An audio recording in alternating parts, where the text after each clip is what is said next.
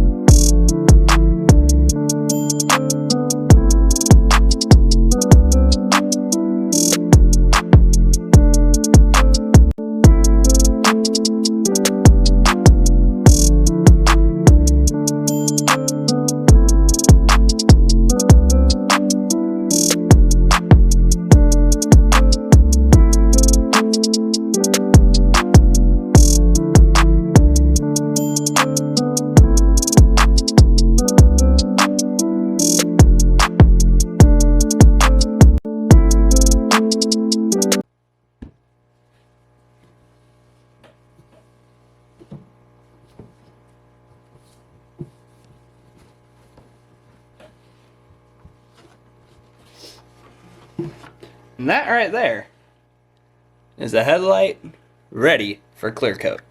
So let's go spray some clear.